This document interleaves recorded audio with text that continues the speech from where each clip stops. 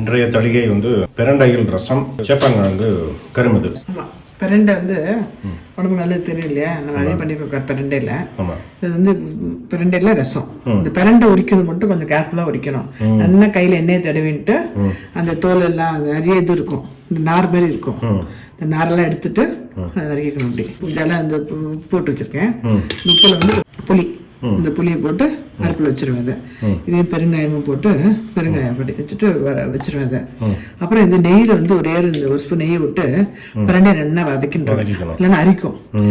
அதுக்கப்புறம் இந்த பிரண்டையும் தக்காளியும் அரைச்சி விட்டுட்டு இந்த அரைக்கும் போதே பிரண்டை அரைக்கும் போதே ஒரு ஸ்பூன் சாம்பார் பொடி, மிளகு ஜீரகம் இதை போட்டு அரைக்கணும். ரொம்ப சிம்பிளான பருப்பு ஜலம் தேவைப்படாது, ரொம்ப ரொம்ப நல்லதுனால அப்படியே பண்றது. ஜலம் விட்டு உப்பு புளி போட்டு பெருங்காயம் போட்டு கொதிக்க வச்சுட்டு நெய்யில் பிரண்டையை வதக்கிட்டு பிரண்டை, தக்காளி, ஒரு ஸ்பூன் சாம்பார் பொடி, மிளகு ஜீரகம், நல்ல ரசப்பொடியோட இந்த சாம்பார் பொடி போடுவோம். சாம்பார் பொடியில் மல்லி கொஞ்சம் ஜாஸ்தியாக இருக்கும், வெந்தயம்லாம் இருக்கும், கொஞ்சம் கடுகுலாம் போட்டிருப்போம். ஸோ அதனால நல்லா இருக்கும் அது. ஸோ இதை போட்டு அரைச்சிட்டு அதை விட்டு கொதிக்க வைக்க வேண்டியது. அப்புறமா கடுகு தாளிச்சிட்டு கொத்தமல்லி கருப்பில் போடணும். சேப்பை நல்லா வேக வச்சு உரிச்சு வச்சிருக்கேன். இப்போ வேக வச்சு வச்சிருக்கேன். இது அப்படியே கடுகு உளுத்தம்பருப்பு போட்டு தக்காளியும் போட்டு இதையும் போட்டு வதக்கிடுவேன். சிம்பிள் தளிகை.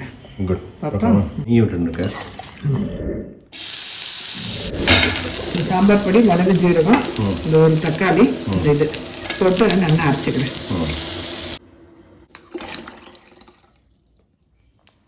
கொஞ்சம் நல்லா கொதிக்கிட்டு வந்து கொஞ்சம் நல்லா கொதிச்சதுக்கப்புறம் இன்னும் கொஞ்சம் ஏலம் விடலாம் விளாவிட்டு கொத்தமல்லி கருப்பில் போட்டுட்டு தாளிச்சு கொட்டுறேன். கொதிச்சுட்டு இருக்கட்டும். இங்கே அடுப்பில் வந்து கொஞ்சம் கடுகு உளுத்தம்பருப்பு போட்டுட்டு வெடிச்சதுக்கப்புறம் தக்காளி போட்டு அதை போட்டு வதக்க வேண்டியது. சாம்பார் பொடி போட்டுருவேன். வண்டி சூப்பர் ஃபாஸ்ட்டாக போகுது. நார்மலாகவே ஃபாஸ்ட்டாக இருக்கும், இன்றைக்கி வந்து சூப்பர் ஃபாஸ்ட்டாக போகிறது கொஞ்சம் டைம் ஆகிடுது. அதனால் எல்லாருக்கும் பசி வந்து நல்லா சூப்பர் ஃபாஸ்ட்டாக போயிட்டுருக்கு. நான் வந்து ஃபாஸ்ட் ஃபார்வர்டில் போடல, நார்மல் ஸ்பீடில் தான் போயிட்டு எல்லோரும் கன்ஃபியூஸ் ஆகிடுவேன். என்ன மாமா ஃபாஸ்ட் ஃபார்வர்டில் போட்டார் எல்லோரும் யோசிக்க போகிறேன். நார்மல் ஸ்பீடில் போயிட்டு ரொம்ப சிம்பிள், ஒன்றும் பெரிய தளிகை இல்லை. மெயினாக உங்களோட ஆன்மீக தகவல் தான் எங்கள் வெயிட்டிங். அதனால பண்ணுறது அப்படியே காமிக்கலாமேன்னு காமிக்கணும். Okay, good.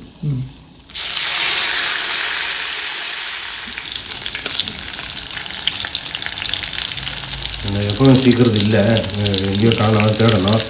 அதனால் வல்லவனுக்கு புல்லு மாயுதங்கிற மாதிரி ஏதோ கிடச்சி வச்சு செஞ்சுட்டேன்.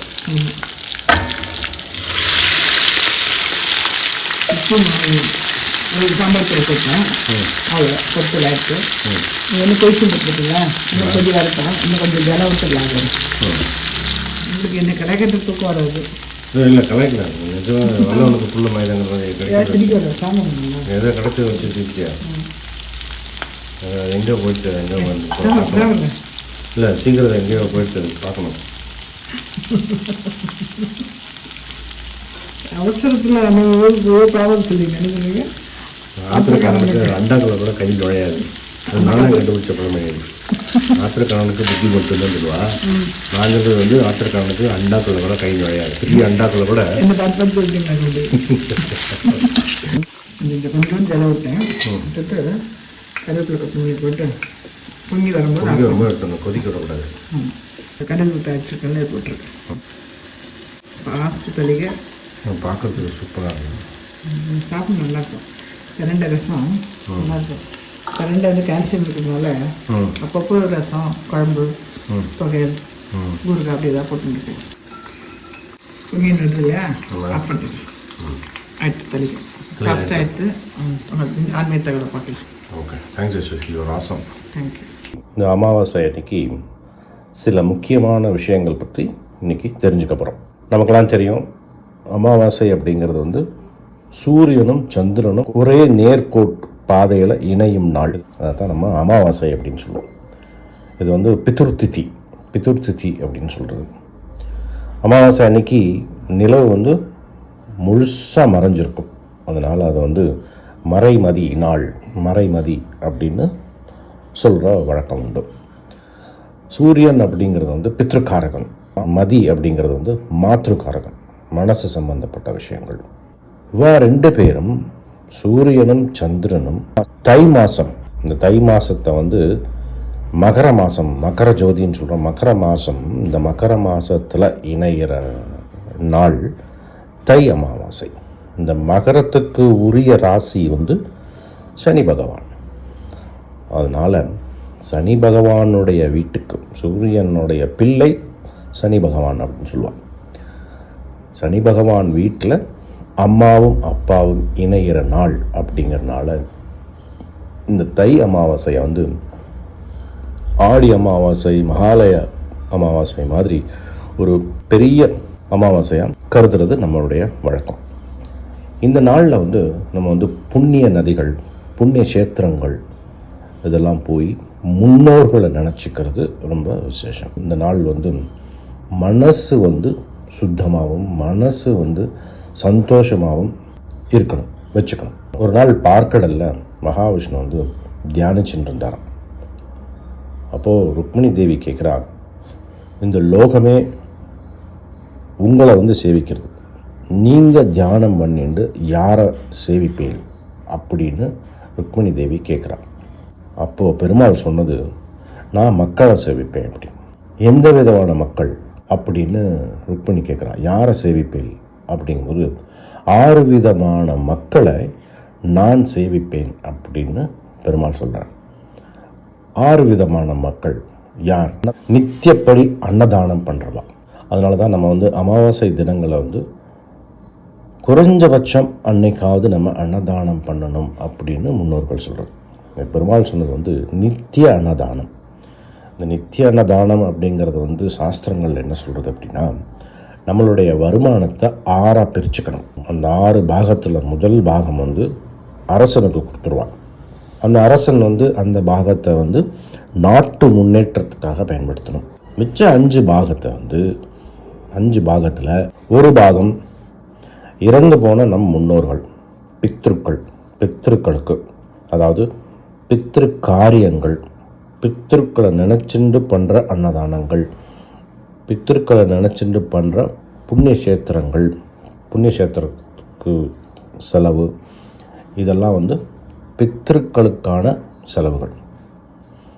2வது பாகம் பெருமாளுக்கு செய்கிற கைங்கரியங்கள், அந்த கைங்கரிய செலவுகள். 3வது பாகம் அதிதி, வீட்டுக்கு வர்ற விருந்தாளிகளுக்கு போஜனம் அளிக்கிறது. நம்ம வீட்டை தேடி வந்த விருந்தாளிகள், எதிர்பாராமல் வந்தவள், நம்ம வந்து நம்மளை கூப்பிட்டு விருந்து வைக்கிறவா கிடையாது.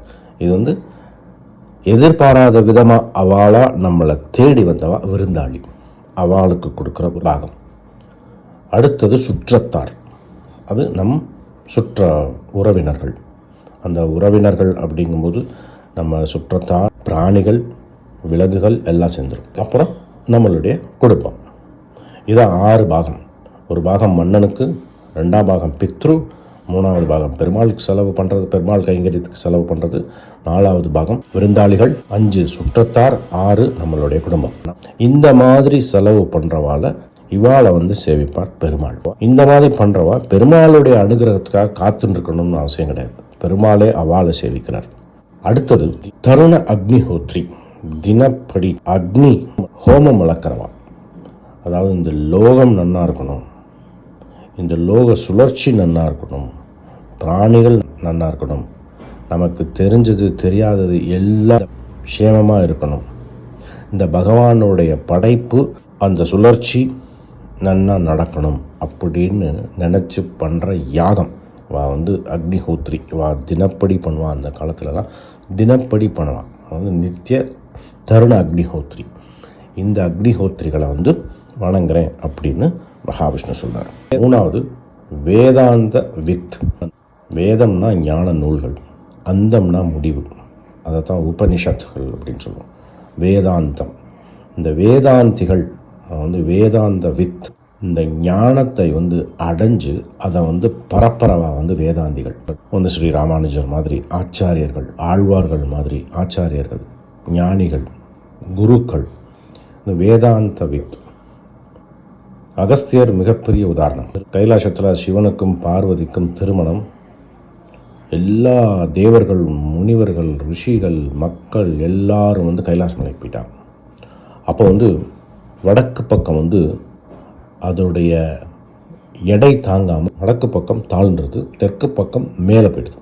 அந்த பக்கம் எடை ஜாஸ்தியாக எடுத்து மக்கள் எல்லாம் அங்கே இருக்கான். அப்போது சிவன் சொல்கிறார் அகஸ்தியரை பார்த்து, நீங்கள் வந்து தெற்கு பக்கம் போகணும் அப்படின்னு, ஏன்னா அது 2 சைடும் பேலன்ஸ் ஆகணும் அப்படின்னு.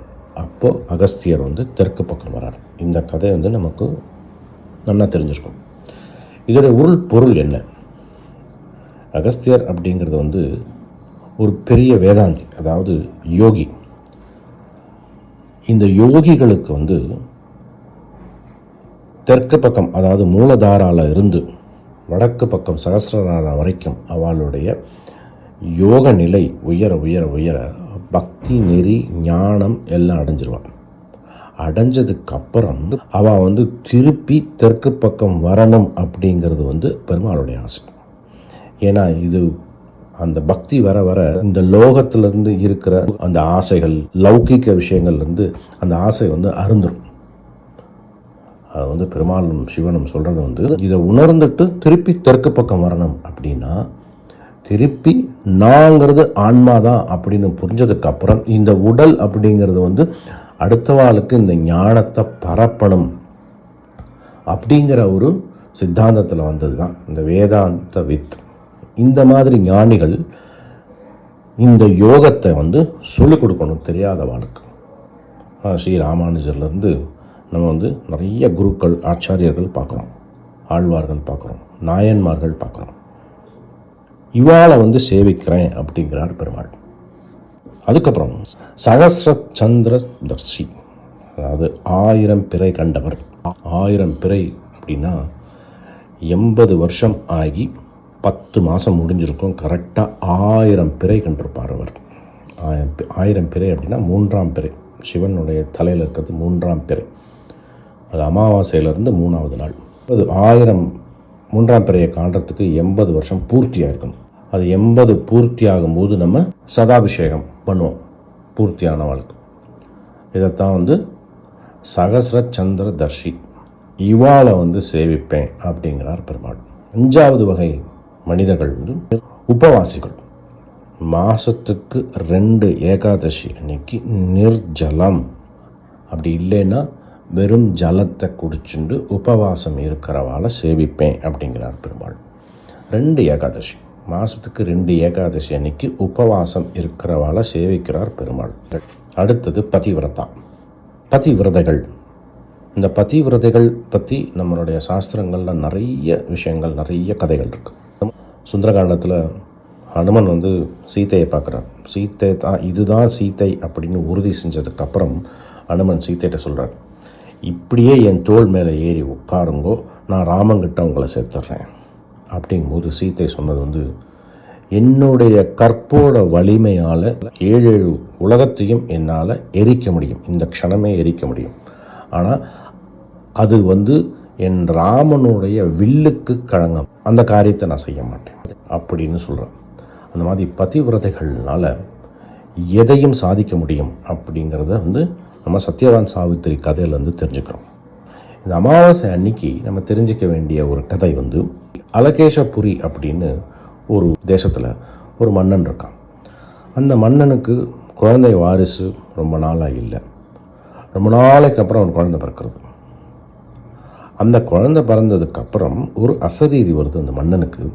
இந்த குழந்தை எப்போ இளமை பருவம் வரானோ அப்போது அவனுடைய உயிர் பிரிஞ்சிடும் அப்படின்னு அந்த அசரீரி சொல்கிறது. அப்போது அவன் வந்து வேண்டாத தெய்வம் இல்லை, எல்லா கோவிலுக்கும் போகிறான், எல்லா க்ஷேத்திரங்களுக்கும், புண்ணிய க்ஷேத்திரங்கள், நதிகள், எல்லா இடத்துலையும் போய் சேவிக்கிறான். அப்போ அவனுக்கு கிடைச்ச பதில், சரியாக அவன் இறந்த தருவாயில் ஒரு பெண்ணை பார்த்து கல்யாணம் பண்ணி வச்சிரும் அப்படின்னு அவனுக்கு செய்தி வருது. அதே மாதிரி அவனுடைய மகன் வந்து இளமை பருவம் வரான், இறக்கும் தருவாயில் ஒரு பெண்ணை கல்யாணம் பண்ணி கொடுத்துறான். அந்த பொண்ணு வந்து அப்போ தான் அவனுக்கு தெரியுது, அந்த பொண்ணுக்கு தெரிகிறது தன்னுடைய கணவன் உயிரோடு இல்லை அப்படின்னு. அந்த கோபத்திலையும் அந்த விரக்தியிலையும் அவள் பண்ண பூஜையிலையும் அந்த ஸ்ரத்தையிலையும் உடனடியாக அந்த பையன் உயிரிழந்து வரான். இந்த கதையை வந்து அமாவாசை அன்னைக்கு கேட்கணும் அப்படின்னு சொல்லுவான். இதெல்லாம் வந்து எதை குறிக்கிறது அப்படின்னா, அந்த பதிவிரதா அந்த அப்படிங்கிற தன்மை. அது என்ன சொல்ல வரான் அப்படின்னா, இவன் நினச்சா எதையும் சாதிக்க முடியும். இந்த பதிவிரதைகள் நினச்சா எதையும் சாதிக்க முடியும் அப்படிங்கிறது தான் இது காட்டுறது. இந்த பதிவிரதைகளை நான் சேவிப்பேன் அப்படிங்கிறாரு பெருமாள். இந்த 6 விதமான மனுஷாலையும் பெருமாள் பார்க்கடலில் தியானம் பண்ணிக்கிறார். ஸோ சுருக்கமாக இது யாருன்னு பார்த்துருவோம். தினப்படி அன்னதானம் செய்கிறவா, தினப்படி அக்னி ஹோமங்கள் வளர்த்து அக்னி யாகம் பண்ணுறவா, வேதாந்த வித்துகள், 1000 பிறை கண்டவர்கள், மாசந்தோறும் உபவாசம் இருக்கிறவா, பதிவிரதைகள். இந்த 6 பேரையும் மகாவிஷ்ணு பார்க்கடலில் தியானிக்கிறார். இந்த 6 பேரும் பெருமாளை பற்றி சிந்திக்கணும்னு அவசியம் கிடையாது. அவள் கர்மயோகிகள், அவனால் எதையும் சாதிக்க முடியும் அப்படிங்கிறது இந்த விஷயத்துலேருந்து நம்ம தெரிஞ்சுக்கலாம். அதாவது இந்த அமாவாசை அப்படிங்கிறது மனசு சம்பந்தப்பட்ட விஷயம். மனசு சந்தோஷமாக இருக்கணும், எப்போவுமே பாசிட்டிவாக இருக்கணும், எப்போவுமே அந்த பாசிட்டிவ் திங்கிங் மனசில் இருக்கணும். இந்த மகா கும்பமேளாங்கிறது திரிவேணி சங்கமத்தில் நடக்கும். இந்த திரிவேணி சங்கமங்கிறது எங்கே இருக்குது? கோதாவரி, அருணா, வருணா இந்த 3 நதிகளும் சேர்கிற இடம் திரிவேணி சங்கமம் அப்படின்னு சொல்லுவோம். இது எங்கே இருக்குது அப்படின்னா நாசிக்கில் இருக்குது. இந்த நாசிக்கு சிறப்பான அம்சம் என்ன அப்படின்னா பஞ்சவட்டி. பஞ்சவட்டிங்கிறது என்னது? அங்கே தான் பர்ணசாலை அமைச்சு ராமனும் சீத்தையும் சந்தோஷமாக இருந்த ஸ்தலம். லக்ஷ்மணன் பர்ணசாலை அமைச்சு கொடுக்குறான் அண்ணாவுக்கும் மன்னிக்கும். அந்த இடத்துல ரொம்ப நாள் ராமனும் சீத்தையும் சந்தோஷமாக இருந்த நாள் இந்த பஞ்சவட்டியில். இது சுந்தரகாண்டத்தில் சீத்தை அனுமனுக்கு சொன்னான். சந்தோஷமாக இருந்த நாள் இந்த பஞ்சவட்டி. அதனால் இந்த பஞ்சவட்டியில் புண்ணிய கஷேத்திரங்கள் இருக்கும், திரிவேணி சங்கமம் இருக்கும். அந்த திரிவேணி சங்கமத்தில் தான் கும்பமேளா நடக்கும். மனசு சந்தோஷமாக பெருமாளும் தாயாரும், அதாவது ஜீவாத்மாவும் பரமாத்மாவும் சந்தோஷமாக இருந்த நாள், இருந்த இடம் இந்த நாசிக்கில் இருக்கிற பஞ்சவட்டி. அங்கே தான் கும்பமேளா நடக்கும். இந்த நாசிக்கு இன்னொரு சிறப்பான அம்சம் என்ன? அங்கே தான் இந்தியன் கரன்சி பிரிண்ட் ஆகுது. இப்போ என்ன அர்த்தம் அப்படின்னா, இன்றைக்கி நம்ம எவ்வளோ வேர்ல்டில் எக்கனாமிக் க்ரைசிஸ் பார்க்குறோம். ஆனால் இந்தியா ரொம்ப பாதிப்படையாது, இந்த மாதிரி விஷயங்களில் ரொம்ப பாதிப்படையாது. அதுக்கு காரணம் அந்த கரன்சி உற்பத்தி ஆகிற இடம் பஞ்சவட்டி. ஜீவாத்மாவும் பரமாத்மாவும் மனப்பூர்வமாக சந்தோஷமாக இருந்த ஸ்தலம் இந்த பஞ்சவட்டி நாசிக்கில் இருக்கிறது. அதனால் இந்த அமாவாசைங்கிறது மனசு சம்பந்தப்பட்ட விஷயம். நேர்மறை எண்ணங்களை விதைக்கிற நாள் இந்த அமாவாசை திதி. இந்த அமாவாசை திதிக்கு கிரக தோஷமே கிடையாது. எல்லா திதிக்கும் ஒரு கிரக தோஷம் இருக்கும். ஆனால் அமாவாசை அன்னைக்கு கிரக தோஷமே கிடையாது. அதனால் அமாவாசை அன்னைக்கு நல்ல காரியங்களை செய்கிறது, தொடங்கிறது, நல்ல வித்துக்களை மனசில் விதைக்கிறது, அதெல்லாம் ரொம்ப நல்ல பலன் கொடுக்கும். தேங்க்யூ.